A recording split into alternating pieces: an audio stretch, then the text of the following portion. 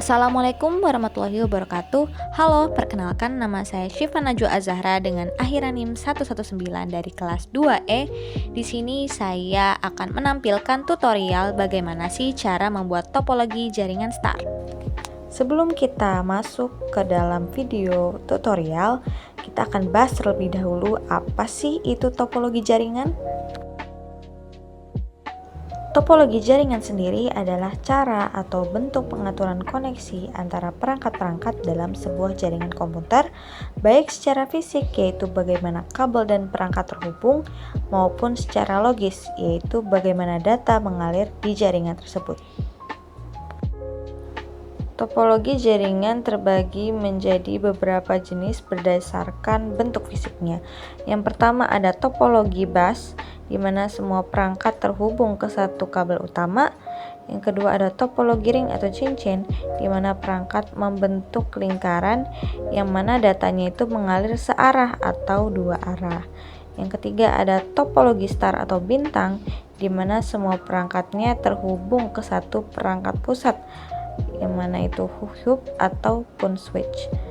Yang keempat ada topologi mesh, yang mana semua perangkat itu saling terhubung satu sama lain.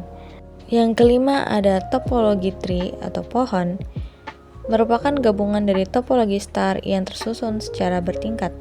Yang terakhir ada topologi hybrid, merupakan kombinasi dari dua atau lebih topologi dasar. Selanjutnya mari kita beralih ke video tutorial.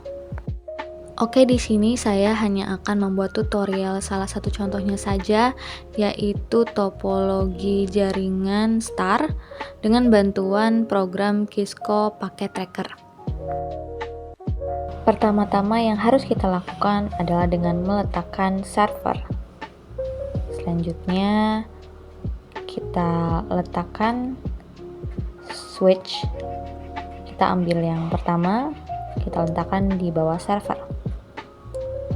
Selanjutnya kita akan meletakkan 5 buah PC yang melingkari switch.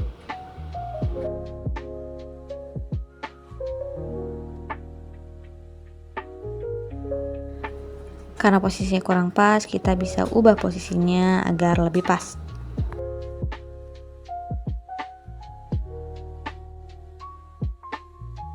Selanjutnya kita sambungkan dengan kabel-kabel agar saling terkoneksi.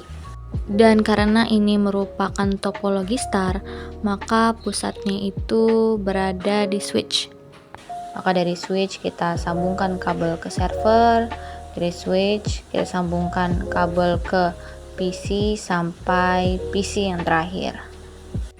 Jadi bisa dikatakan switch ini menjadi pusat koneksi, tempat semua PC dan server terhubung melalui kabel.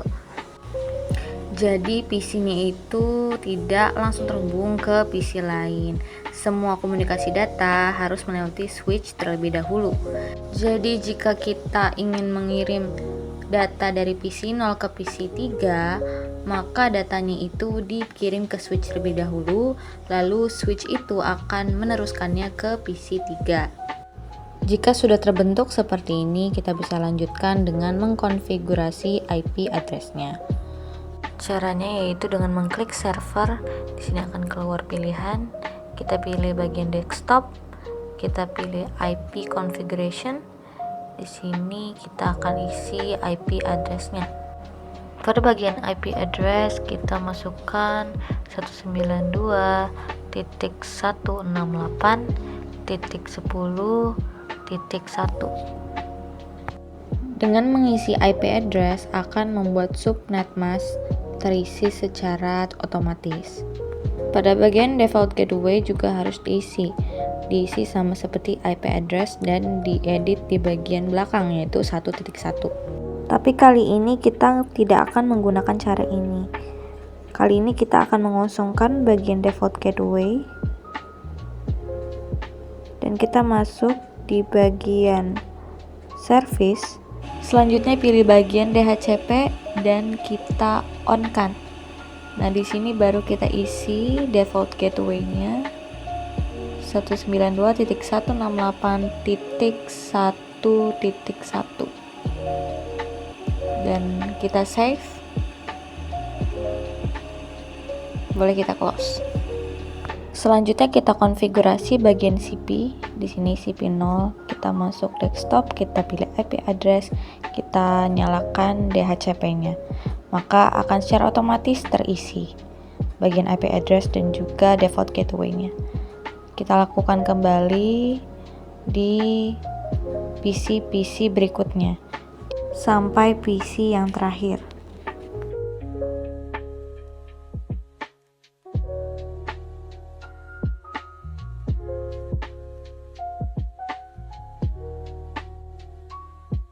Jika sudah, kita bisa cek apakah jaringan ini berfungsi dengan baik dengan cara mengirim sebuah file.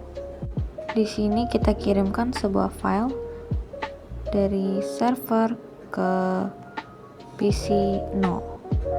Di sini sukses. Dari server ke PC 1 sukses. Dari server ke PC 2 sukses. Dari server ke PC 3 sukses. Dan dari server ke PC 4 sukses. Jadi ini menandakan kalau jaringan berfungsi dengan baik. Kita juga bisa mengeceknya dengan cara lain, yaitu dengan mengklik server dan kita pilih bagian desktop. Kita close dulu. Kita pilih bagian command. Di sini kita isi ping dan IP address-nya yang mau dituju.